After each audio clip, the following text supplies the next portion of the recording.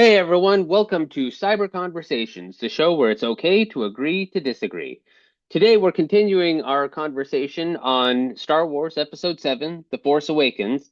Where we left off, we're about to talk about the rally from the First Order, and we're continuing on from there. So I hope you enjoy the show.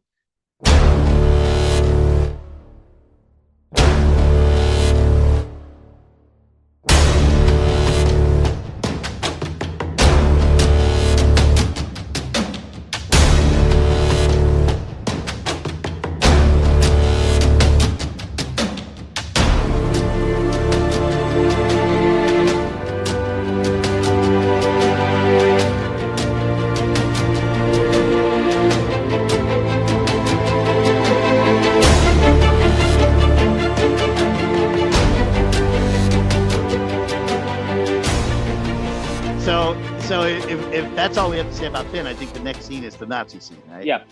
Okay. So obviously a callback to Nazi Germany. Everything is black, white, and red. There's a guy that's standing there at the microphone, screaming, red face, passionate about something, and it's all very evil. The visual is very evil. I'm not going to go so far as to say, it's all on the nose. It's obviously supposed to be Nazi Germany. Let's face it, Nazi Germany created a color scheme and a style that we all instinctually react to in a very guttural sense. We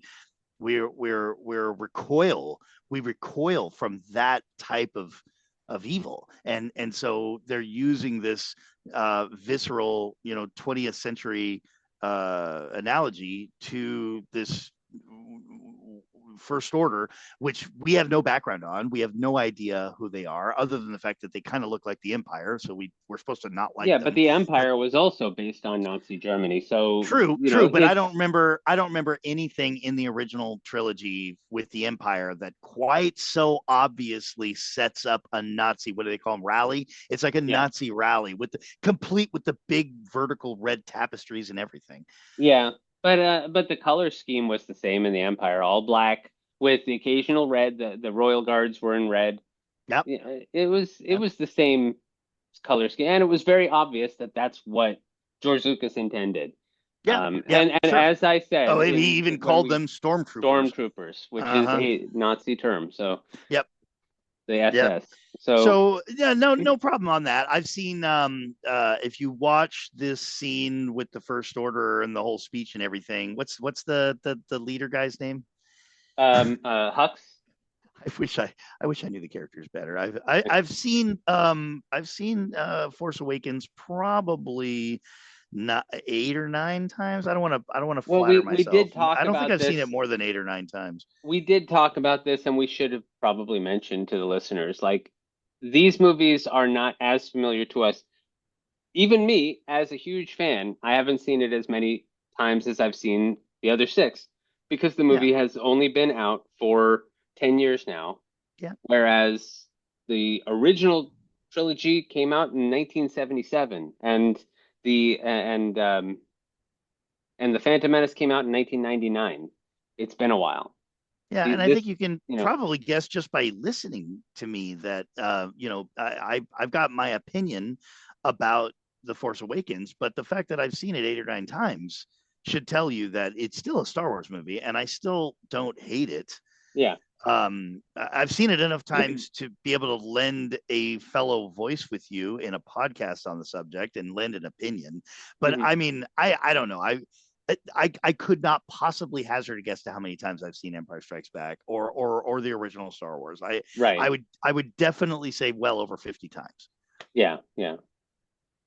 So it's different. So I assume that you're talking about General Hux, though. Also, I've played the Star Wars D6 role-playing game. I've actually been the game master for multiple sessions with multiple groups of players in that role-playing game, and there's tons of lore and technical information inside those role-playing books and those references. I've played all of the mini combat games.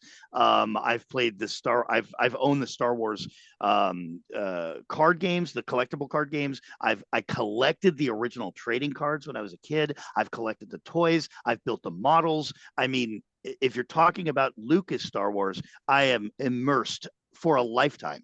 If you're talking about the Disney Star Wars, none of that is true. I've never played an RPG set in the Disney universe. I've never collected any card games or trading cards or built any models, I think, from the new Disney Star Wars. Not that I don't love the ships.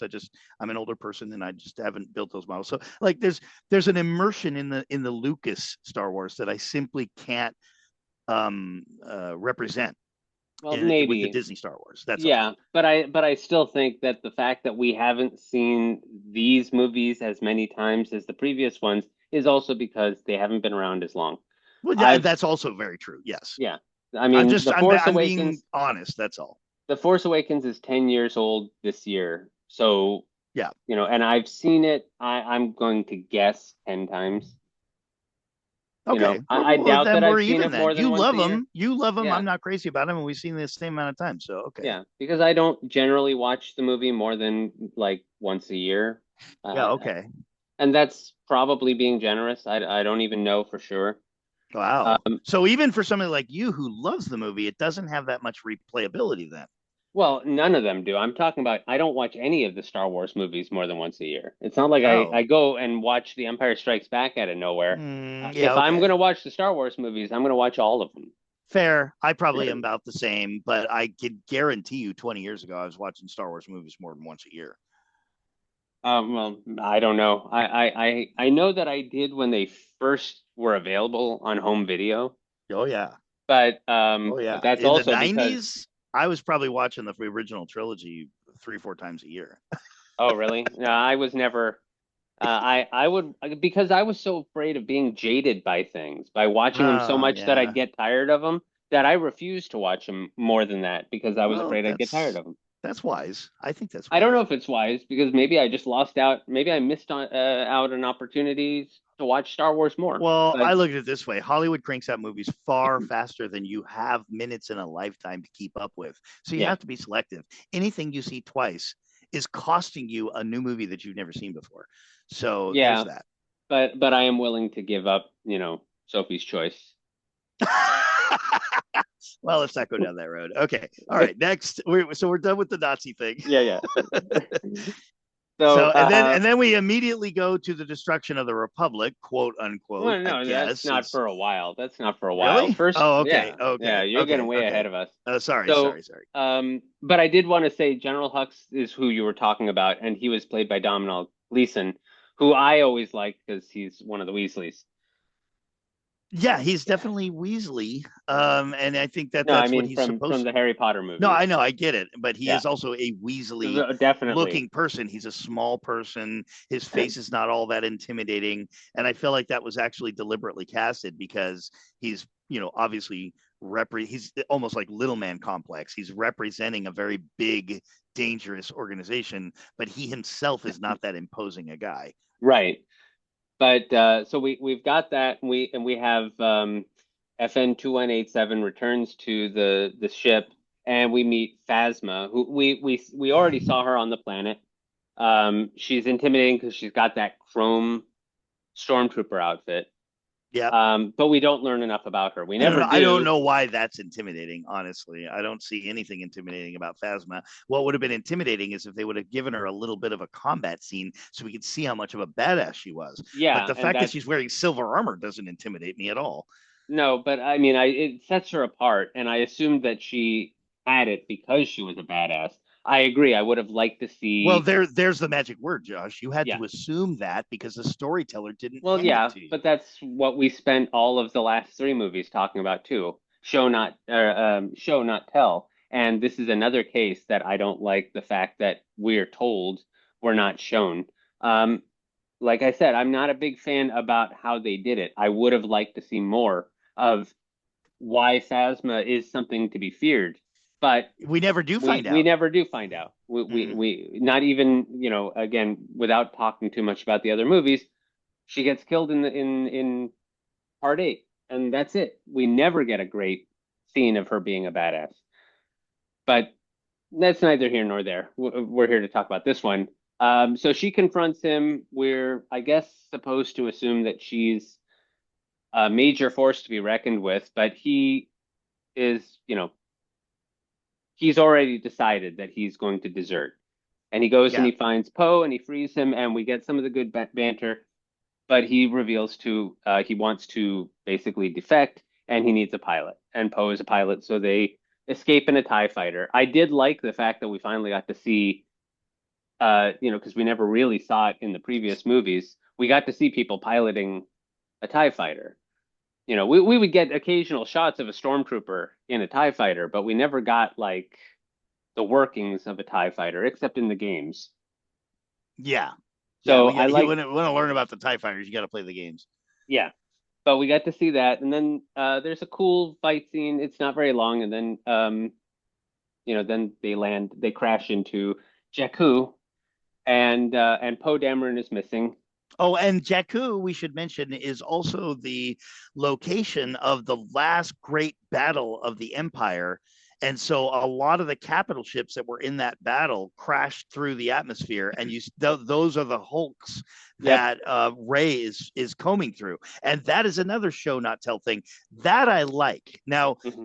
Star Wars is full of, whoa, look at that thing that just went in the background. Like, what is that supposed to be? You have to go and buy the role playing game. You have to play one of the video games. You have to go to Wikipedia to find out what the hell that thing was. And maybe he's going to come back and be a major character in a Rebels episode or something like that. But Star Wars is loaded with those kind of things. So when Hmm. it comes to Jakku, show, not tell works for me, because it's like, wow, this is a desert planet, clearly not Tatooine, because it's loaded with all these sandy star destroyers that have crashed. What the hell happened here? That's cool.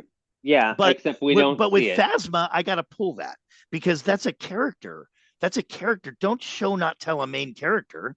That's a Yeah, well, main no, character. She's got a that's something name. where they did tell, they didn't show. Um, Here the only thing they did with show was they showed that she was wearing a silver uniform, but they didn't show why she Yeah. had a silver uniform. Yeah. Yeah. So You get the point. yeah, Yeah. yeah, I'm saying that they didn't do that. Yeah. They did tell, not show, which is exactly the wrong thing to do. And I do have a gripe about that with Phasma. Yeah. And they don't really explain the fact that Jakku was the last major battlefield of the Empire. No, but that's what it turns out to be. And I think Yeah. that's awesome. I think that's a cool piece of Star Wars lore that becomes canon. And like, now I want to play the video game where the last battle over Jakku takes place with the Empire, Yeah, or at least that's see cool it. stuff. Or at least see it in a show. Or I see it. would, Yeah. yeah, Yeah. I want But them then to expand. let's go back to the crash landing, though, because this is something I feel like the Disney movies are all guilty of, all three of them. And it's mind boggling how coincidental so many of these things are. Now, going back to the first six movies, lots of quote unquote coincidental things happen, but we're dealing with the Force. So when R2 is able to do this thing, like, it's pretty clear from the beginning that the Force is strong with that droid. When the Force is involved, weird things happen. So I get that. But the first thing that happens with Poe, who is not sensitive to the Force, and Finn, who is not sensitive to the Force, they Finn land is. on Finn is sensitive to the Force. Okay. Well, Finn is minorly sensitive to the Force.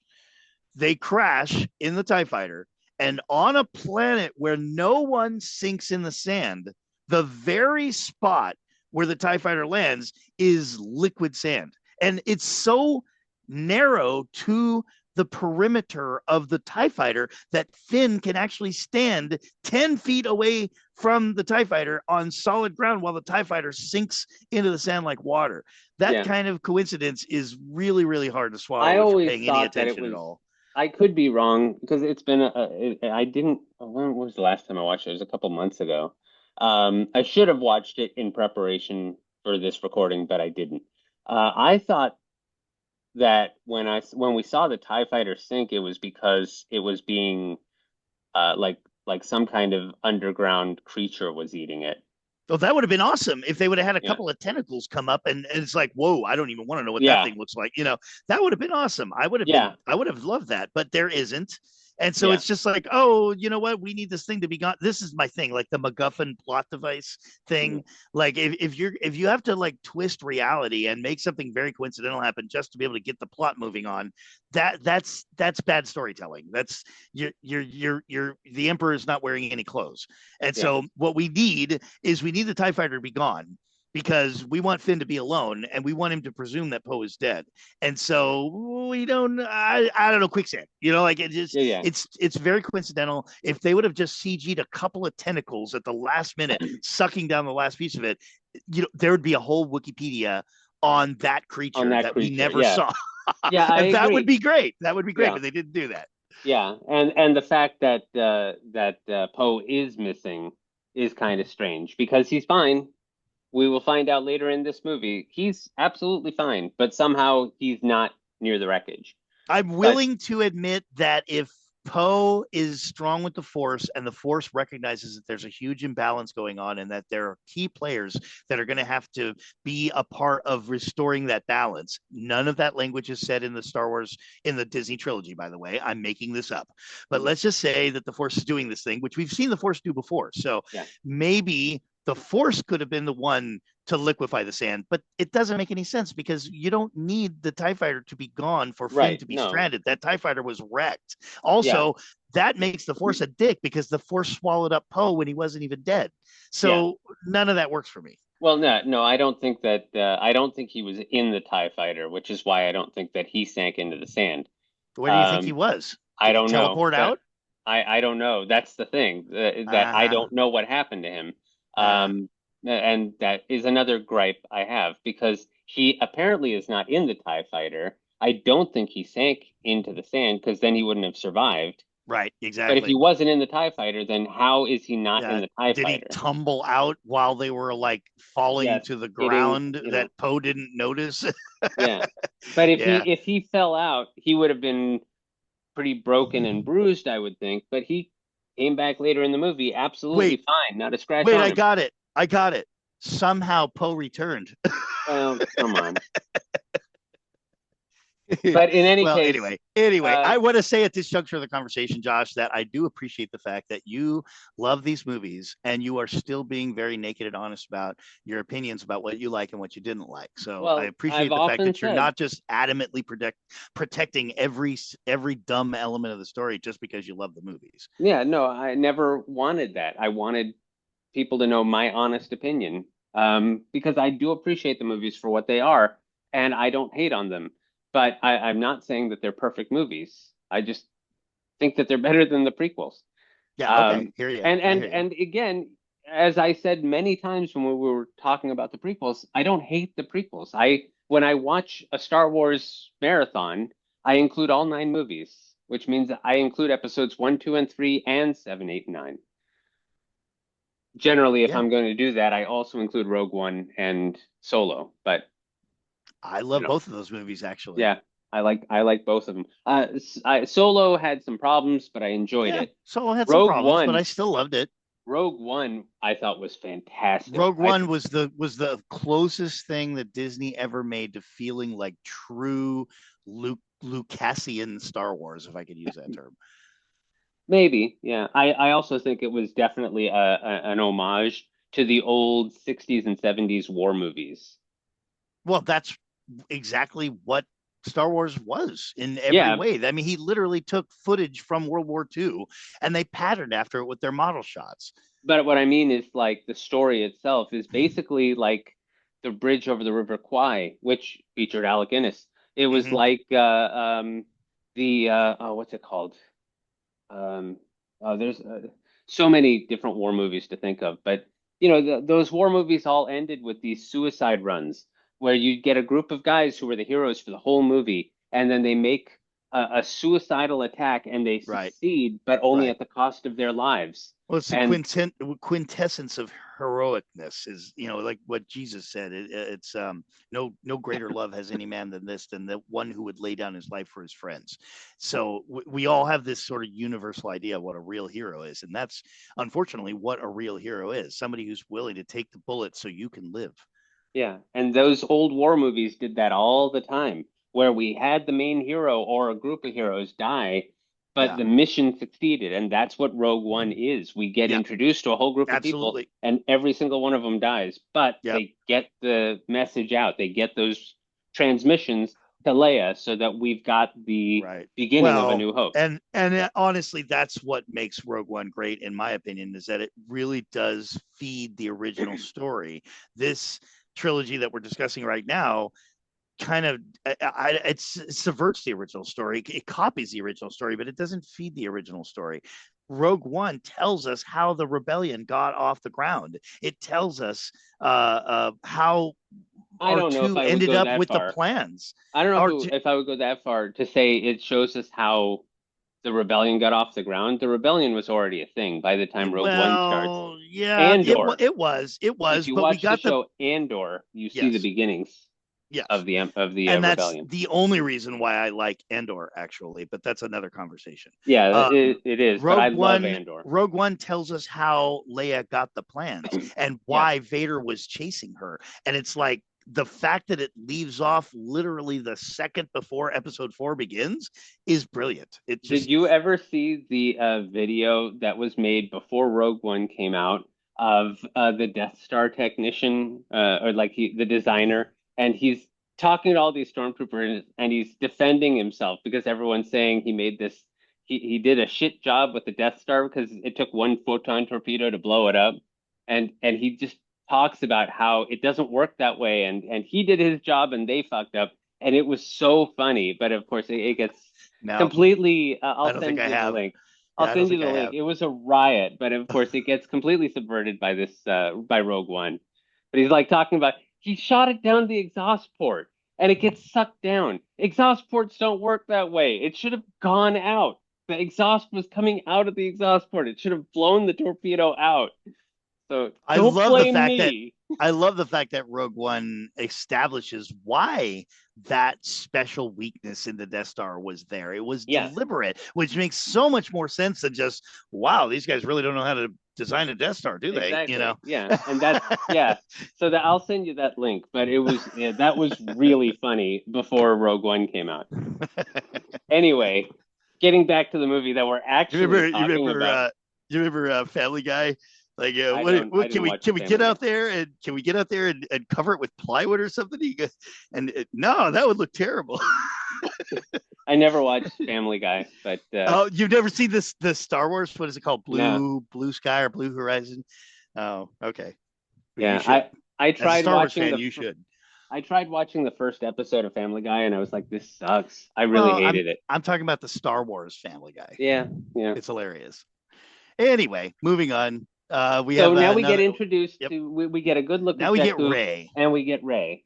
Yeah. And And as before a I tear side, into Ray, I want to say right off the bat that I loved her character. I loved Daisy in the part. I was really, really looking forward to getting behind her. I love her name. It's Rey, but it actually is a play on words because it's like she's a ray of light. She's a ray of hope. I love the fact that she has a rags to riches sort of beginning. She's nobody. She's scavenging. She's living a hard life. Whoever this is, I'm sure they're setting her up to be a hero. And the fact that she starts out as somebody who really understands pain and how to do without, like everything about her character as a setup was going in the right direction right off the bat. There was I think a nothing. lot of that, I think a lot of it can be said about this movie in general. If they had gone with Yes, whatever I J.J. agree. Abrams' plan was, we Yep. would have had a great trilogy. And yeah, I love Ray and I love Daisy Ridley. I was going to say, at the risk of sounding like a dirty old man, I could watch her like paint and it wouldn't Yeah. get boring. Oh yeah, yeah. Daisy is very easy to observe. And I don't understand the bullying that she got. She didn't get nearly the brunt of it as like Rose, who we'll talk about later on. Oh But God, yeah, yeah. like that, That's very I embarrassing. don't agree with anyone who thinks it's okay to bully her. Yeah. Or Finn. Um, what's his name? I don't know anybody was bully. I've never heard anybody bully Finn. What was said and done with Rose though is just absolutely unforgivable. I put it in the same category as what they did with With Jake Ahmed Best and or Ahmed Jake Best. And Both Jake of Lloyd. them. Yeah. Both of them. Just absolutely unforgivable. You people are evil. You're terrible. You give all Star Wars fans a bad name. Like, how did this ever even happen? Yeah. That's what I put Rose's I don't remember the actress's name, but she was just very, very badly treated. Kelly Marie Tran. And I don't understand, honestly, we'll get there, but like, I don't, I don't understand the problem with Rose's character in general. I just I she don't have a seemed like problem with her. she was just another character. Anyway, that's another movie. So Yeah. keep moving. Keep Yeah. moving. So anyway, we get to see Rey. We get to see her in her natural habitat, which is in the dunes, scavenging and Not Tatooine. right, not Tatooine, but To make sure we specify. yeah, it's a desert planet that is not Tatooine, but she's salvaging these ships and taking the parts to this guy. What's his name? Unk something. He has a name. Why Yeah, am he I had not a name. surprised? Yeah, yeah. Unkar Plut is his name, Okay, and that she's fits. exchanging that for food things that she puts water on, and they turn into what looks like bread balls. Yep, kind of Um, cool. yeah, I mean, I like seeing food in Star Wars because we don't really see much of it. We saw blue milk. We saw what appeared to be beef jerky sticks that Luke was eating in The Empire Strikes Back, but we don't really How do see a you whole get lot of. so big eating food Yeah. of this kind? And I'm like, hey, knock it off on those beef sticks. I love beef jerky. Well, Yoda's But not from that kind of planet or something. yeah. Um, But yeah, I mean, I think what the dehydrated food that she has had to work all day to earn, which he apparently has ripped her off on. We don't oh understand yeah, the yeah. economic system on Jakku, but it seems like Yeah, he she's gives her like a disappointed at the quarter. deal. Yeah, he gives her like he says it's a quarter portion. And even to me, it's like, well, so what, that's a quarter of a meal? I don't I don't know. know. I We don't don't know know if a what a portion portion is a is. meal. Yeah. Right. So, but what we do understand is that she's not working to get rich. She's not working to pay her rent. She's scavenging all day long just to be able to get enough food to eat. And then he Yep. gives her whatever a quarter portion is. And then she goes immediately off, turns it into food, sits down and stuffs it in her face like a starving girl. And Yep. so clearly not a fun life this girl is living. And Right. I think that's a great way to introduce a character Yeah. because, like I think Indiana Jones is probably the best example I could think of somebody who's really tough and really smart and in every way cool, but not indestructible. He hurts himself every single time he punches somebody. Like I feel like the indestructible hero that we've invented recently is totally boring. They're just uninteresting. I think having a character who is about to save the galaxy start out as somebody who's just trying to get by eating a meal every single day, having to scavenge, not knowing where her next meal is coming from. That's a great place to start a hero. Yeah. Yeah. It is a great character. Humble Yeah. beginnings. So I love that. And then of course we see she's a good person because she rescues uh um BB Yep. BB-8, and Yep. then and they start a friendship. Um, and then we're we got to move a little faster because at this rate we could have just watched the movie several times before we'll be Yeah. done. But That's fine. so we finally get So they Finn. track her down, which is fine because they're not Yeah. tracking her down; they're tracking Finn down. They're That's tracking BB-8 down because they're right. trying to get to BB-8 because he has the piece of the map that Max von Sydow had given. Yeah. Right. So Okay. they're looking for him. Finn also runs into them, So although like he's here just we looking have for water. so now we have the Empire hunting down a droid because the droid has a digital file that they need. I mean, Yep. wow, Yeah. how original. But like why? Why are they so interested in BB-8's map? Why this MacGuffin means nothing. We already knew that he was sitting it was stated multiple times in the original Star Wars. He is sitting on plans to that ultimate weapon. And if we don't find out if there's a way to exploit a weakness on it, we're all dead. Okay. Priority one then. In this case, like BB-8's got a map. We don't find out until 3/4 of the way in the movie. It's a map to Luke Skywalker. What the heck does First Order care about Luke Skywalker? We knew that it was a map to Luke Skywalker because they said that at the beginning of the movie. What does the First Order care about Luke Skywalker? Care. Yeah. Yeah. That's something that we don't know. There may be a good reason, but you're going to have to tell us that because it's not obvious and that it doesn't make any sense that and they never do tell us that. Because they're channeling all these resources to hunt this droid down. It makes more sense that they're showing up to Jakku to hunt down Finn because stormtroopers they don't go back on their oaths. They don't leave the service. Yeah, So Finn just tried to escape, and he took one of our TIE fighters with him. It makes more sense that they're after him.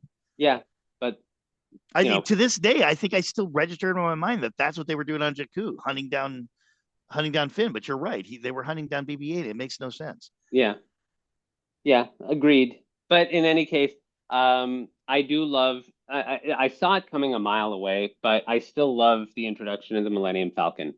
They're running away. Yeah. They're running away because they're being shot at, and they see a ship that they're going to go to, and they're like, "No, no, that. What about that one over there?" And they don't show it, but she's Don't like, "That's show a it. piece of junk."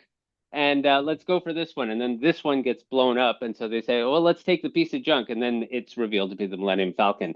I know, I knew it coming before we saw it. I was still very happy because it was the Millennium Falcon and bringing back. Yeah, I love the it's Millennium Falcon.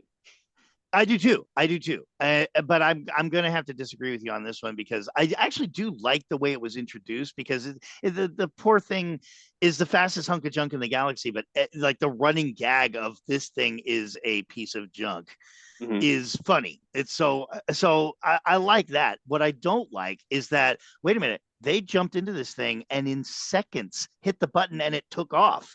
There was nothing wrong with it. What was it doing on Jakku in a junkyard with a reputation of being a piece of junk? This thing is a fast interstellar fighting ship, and it's just sitting there with the keys in the ignition. And there's no reason why anybody has not already bought it and taken off with it. There's nothing wrong with it. They Well, don't it have to sit belonged. there for a weekend and rewire it. No, it belonged to Unkar Plutt, though we don't know what he was But doing with it. apparently, in a moment of distress, anyone could have walked right up, hit the button, and taken off with it. Yeah. That doesn't make any sense to me. I'm sorry. It insults Oh my no, I agree. intelligence. I agree. It should have been partially dismantled if it was really a piece of junk. It should have been partially dismantled for parts, and maybe they could have restored it, but it would have taken a while, Yeah, or at the or very least, there should be some kind of security to keep people from getting in if it doesn't belong to them. Kind of right. like how I locked the door on my car. But it was another one of those coincidences. Like we need them to be in the Millennium Falcon. Everybody loves the Millennium Falcon, so everybody will cheer because we get the nostalgia. And then our Yeah. heroes are in the Millennium Falcon. Who cares about why? We're just on the way to the story. And it's like I Star Wars is crazy Saturday morning cartoon kind of entertainment, but I feel like you can't get away with that. You can't just be like, look, don't think about it too much. It's Star Wars and move on. Like if you're gonna make movies like that, then you are too dumb to make Star Wars movies because your audience is not that dumb. But At what's least ironic, that's what I used to think. it's a little bit ironic though, because the same logic questions that you're asking are the logic questions I was asking about the prequels. Like there were too many things to me that didn't make sense in the prequels, and these are things that I could just live with in this movie. I never really thought about it. Like yeah, it did bother me that they were able to run into the Millennium Falcon and just start it because it was apparently unlocked with the keys in the ignition. Yeah, I'm sorry. But A hunk of junk is what she crawled around in all day. A hunk yeah, of junk is not a capable fighting interstellar ship sitting on the dust with the keys in the ignition. That's not a yeah, hunk of junk. yeah. But I was so happy to see the Millennium Falcon that at the very least it didn't register with me the first time I Hmm. watched the movie. I Okay, was well, I just bet it happy. didn't register with anybody in the theater. We were all so thrilled to see the Falcon. Yeah. So then they do a little bit of flying. She's naturally gifted. People are going to say she's a Mary Sue, but I think Mm, that she was just a good pilot. yeah, yeah. I'm not going to harp on this point, but I think you can read my mind. She Right. thinks she was just a good pilot. You mean like after flying nothing her entire life? Like I mean, she's better than Han Solo, the hotshot pilot. We spent 3 movies I don't know that building up they his said skills. I don't know that they said she was better than Han Oh, I'm Solo. sorry. Let's show not tell. Let's look at what she does with the Falcon in the next 2 minutes. She's clearly a more skilled pilot than Han Solo, But and she's I using the think that's Force because I she is Force well, sensitive. yeah, okay, all right. See, you throw the Force in, and suddenly the impossible becomes possible. I feel like it was. I don't care if Ray is a hotshot pilot that's strong with the Force like Luke Skywalker. That is okay with me. What I care about is that you put her in the same seat as Han Solo, flying the same ship as Han Solo, and then you make it look like Han Solo is a shitty pilot in comparison. That's what I care about. You can't build the legacy by destroying what came before. Well, Everything about these trilogies is about destroying what came before. I So this is one of those moments where it's like you're insulting Han by boosting this character in his seat. I didn't get that though. Like, I mean, I understand where you're coming from, absolutely, but it never occurred to me that she was flying better than Han. I still Well, think does it right now? It should right now. I mean, it's clear as day. There's absolutely no debate about it. Everything she does in her maneuvers is way more sophisticated than anything we ever saw Han Solo do. I would say that's just because of technical, because of what we can do with movies these days, not because she was a better pilot, but because we couldn't show it on camera before, or at least not realistically. I mean, I don't Well, know, but yeah. I never got the impression she was a better pilot than Han.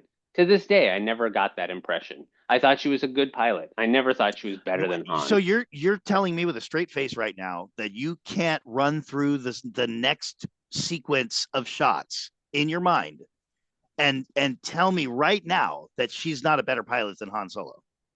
What does she do? I mean, again, it's been a couple of weeks since I've seen the movie. But I don't remember her doing anything. I think the thing that she did that was the most dangerous was flying through some of the wreckage. But Yeah, Han did that. she flies through the wreckage. But Han did that. He flew through an asteroid field.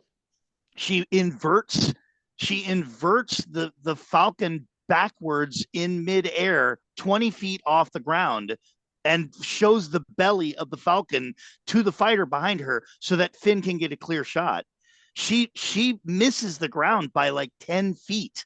She swoops the ground and is so close to the ground that it like picks sand up off the ground. I mean, it's very impressive, but it's far more sophisticated than anything we ever saw Solo do. Well, And he was never that close to a planet. He was always in space. There was no planet for him to almost crash into. She that basically pulled may off be an Immelman true, but that's missing maneuver, the point. That's missing the point. It doesn't or matter not what an the Immelman circumstances. maneuver. What do they The, call it? Han Solo was in love with this ship. Han Solo had been the pilot of this ship for years and years. Han Solo was famous for his piloting skills. So it's inappropriate, I would say, in a safe and fair way. It's inappropriate to paint a character that's never been behind the stick before as a better pilot than him in his own ship, sitting in his own seat. I can I understand that, I think that's and inappropriate. I can agree with you. Except, like I said, to this day, I don't see her as a better pilot than Han Solo. She does some things that are impressive. I'm not taking that away from her, but I'm not saying that she can do anything that Han Solo could do. I suspect that Han Solo could do just as much as she did. He just never had a reason to. Okay. Well, we don't need to belabor the subject. I've expressed my opinion. You express your opinions. I'm sure every single person listening has their own opinion on the subject, which is Yeah, probably going to be closer to mine or closer to yours. So we can move on from there. yeah, yeah. So we get them. They've escaped, and we have a couple of cute scenes where Ray and Finn are talking, and Finn is pretending to be part of the resistance because he's trying to impress Ray because they wanted. I'm guessing that they were going to have a romance between the two originally, but Can't say I blame him. oh no, no, definitely can't blame him. But I'm guessing that's what was going to happen, but then it didn't. And that's probably because of Ryan Johnson more than anything. Yeah, probably. Yeah, Um, and I think you're right. I think they were kind of setting them up.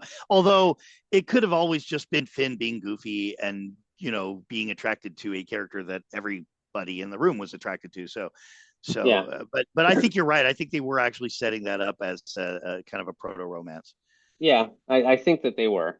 But in any case, they have that cute thing. They talk. I do love.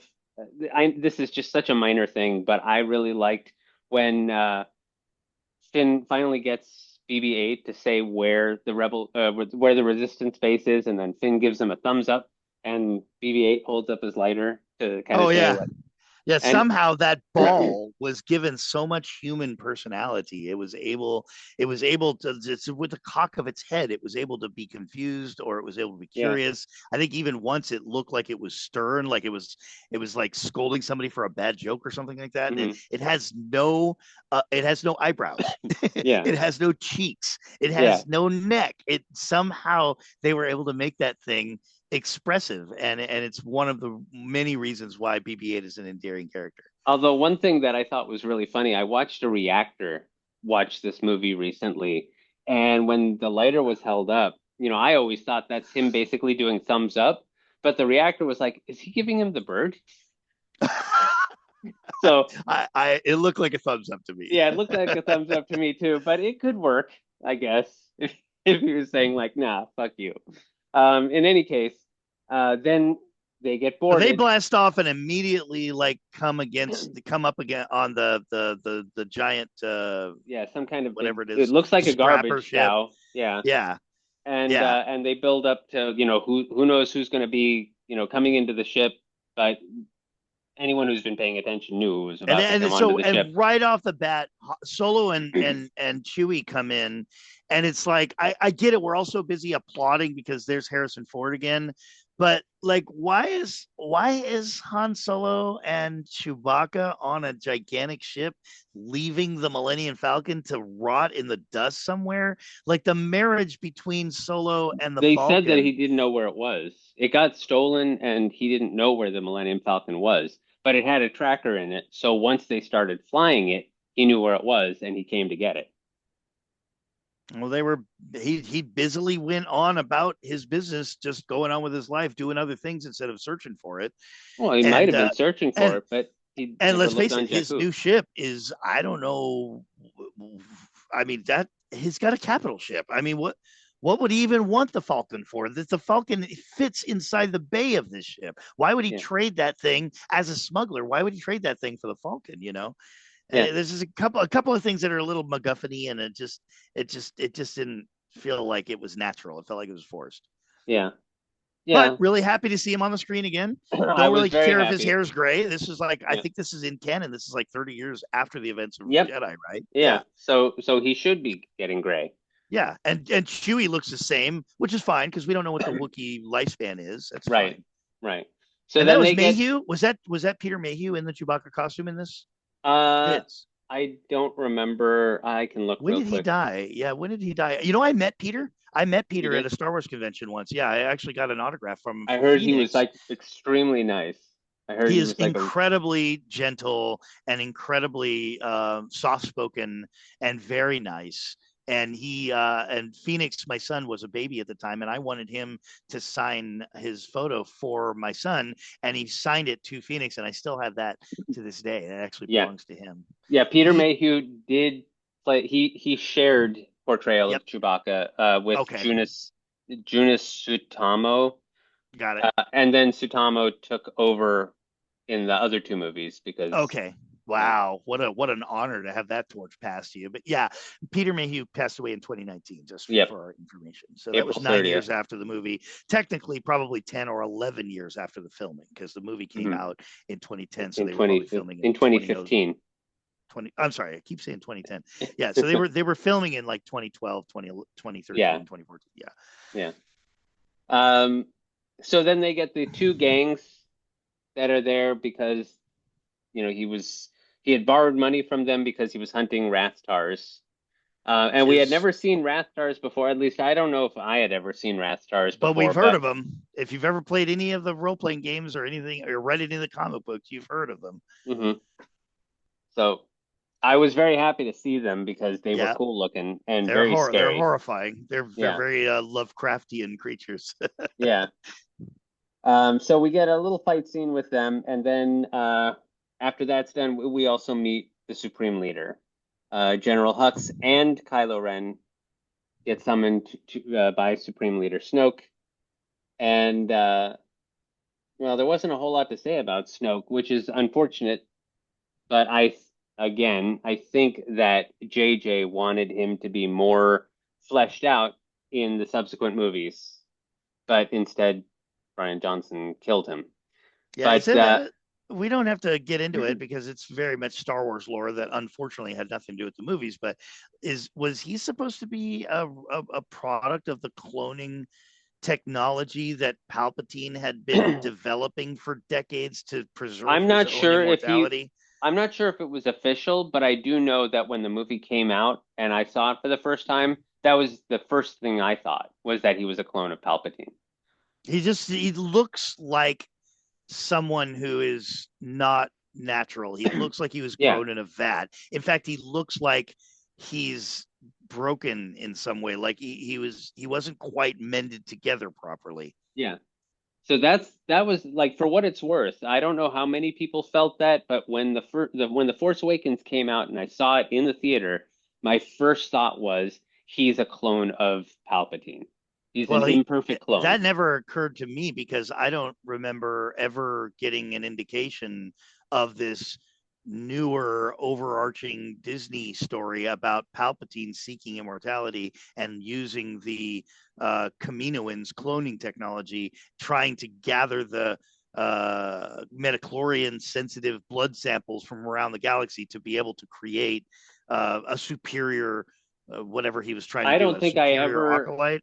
I think when the movie came out, I didn't think about any of that stuff. I knew that there was clones, and I think I just Yeah, thought, right. oh, Yep, yep. I just basically thought Emperor Yeah, you're Palpatine right. is one of those guys. He's a Sith. He's afraid. The only thing he's afraid of is losing his power, and it made Yep. perfect sense to me that And he we would make a know clone. and we know that the Empire deliberately destroyed the Kaminoan cloning facility because it was a threat. But that technology then, I think the reason why the Empire destroyed the Kaminoans is not because they were a threat, but because they wanted that technology and they wanted no one else to control it. Yeah. So So yeah, that all yeah, makes sense. to me that's what I thought when I saw Snoke was he's an imperfect clone of Palpatine. Yeah, that all makes sense. Yeah, I I grant it. can't say that for anyone else, but that was what I thought. So if that means anything, like that's why I was perfectly okay with Snoke. Um, Plus it's Andy Serkis, and it was Andy Serkis, right? Yes, it was. Yeah, and I love Andy Serkis in everything he's in. I had to stop for a second because he didn't look like Andy Serkis. Well, I mean, does Golem Yeah, be well, nice now? Gollum. Well, no, I mean, but you can see the resemblance Gollum has to Smeagol. Yeah. You can So, also see it a little bit in Caesar too, from Planet of the Apes. mhm, yeah, and so but yeah, I think that Andy Serkis is great in everything. Phenomenal actor. So I was happy that he was attached to Star Wars. Of course, he got reattached in Andor, and I loved that too. But hey, everyone, time to wrap it up. That is our show for the week. Next week we will continue our discussion on Star Wars Episode VII, and until then, always remember, make tomorrow better than yesterday.